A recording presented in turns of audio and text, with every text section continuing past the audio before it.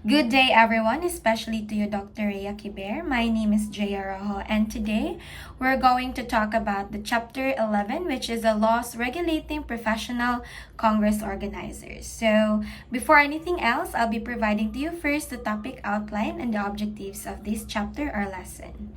So, for our topic outline, first is we do have the introduction to business tourism and PCOs, the nature and description of businesses, the legal framework for PCOs, accreditation process for PCOs, application of the law or a case study, and lastly, the key considerations for PCOs.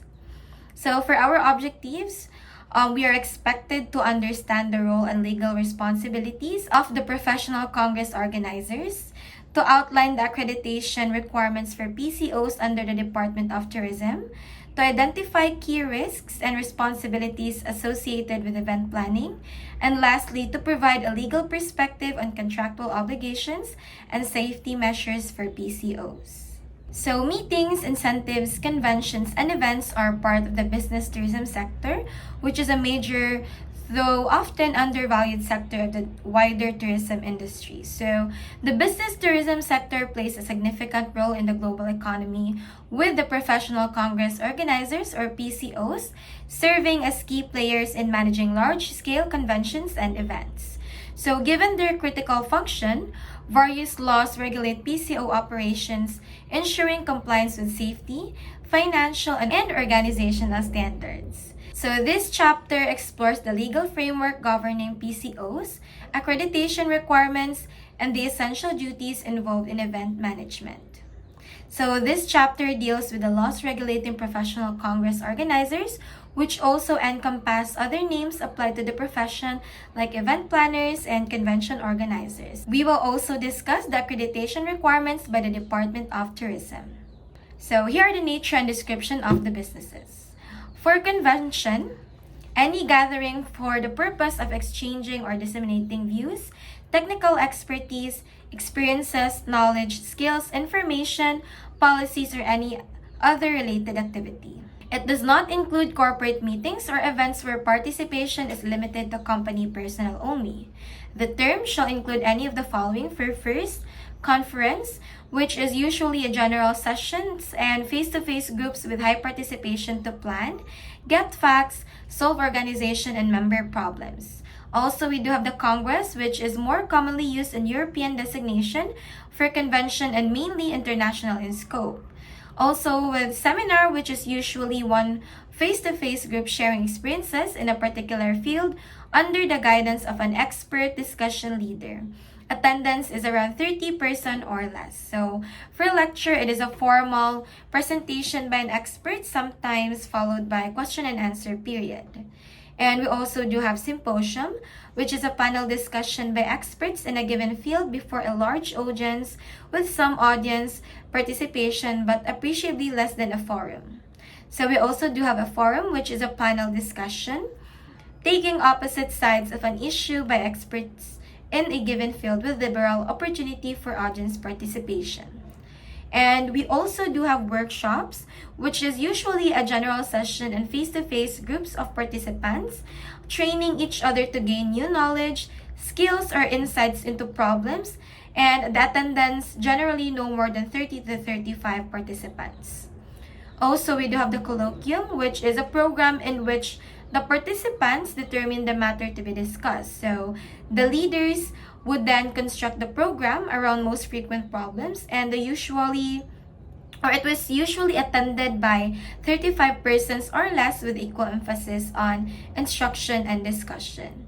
And also we do have professional Congress organizers, or which is the PCO, which is any person, natural or judicial, who manages conventions either as an official of an organization, consultant, volunteer, or as a retained professional.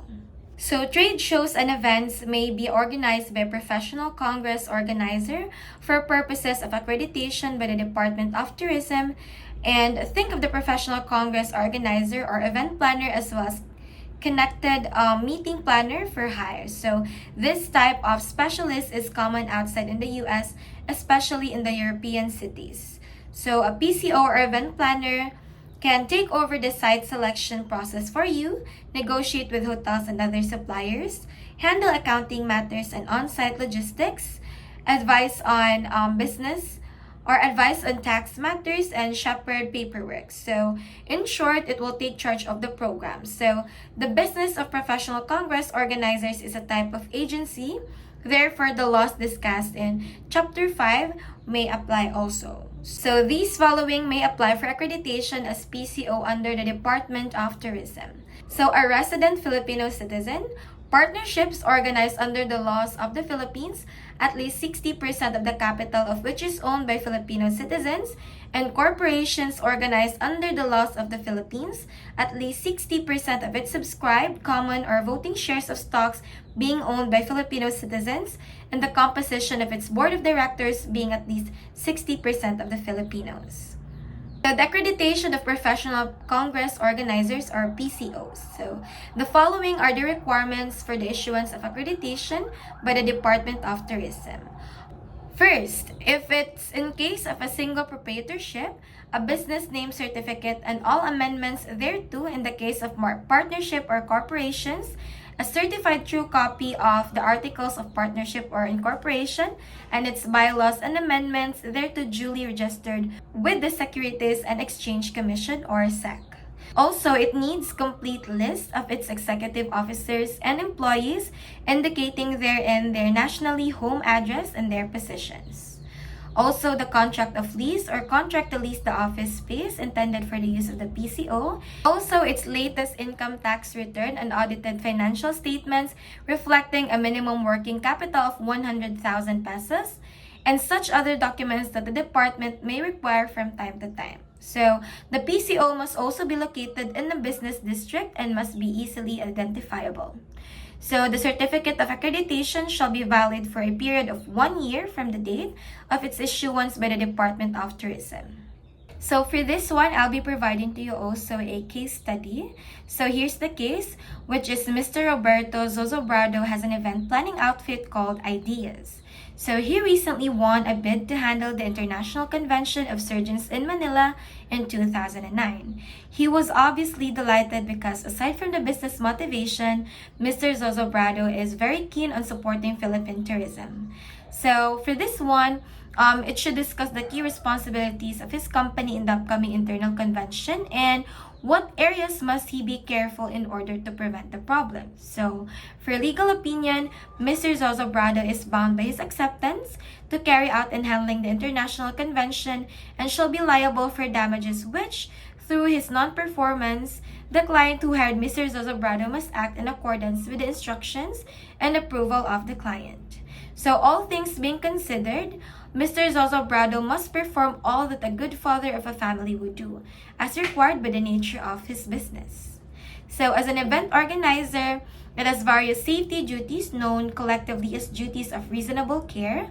Planning any activity or special event is important since there is an element of risk present.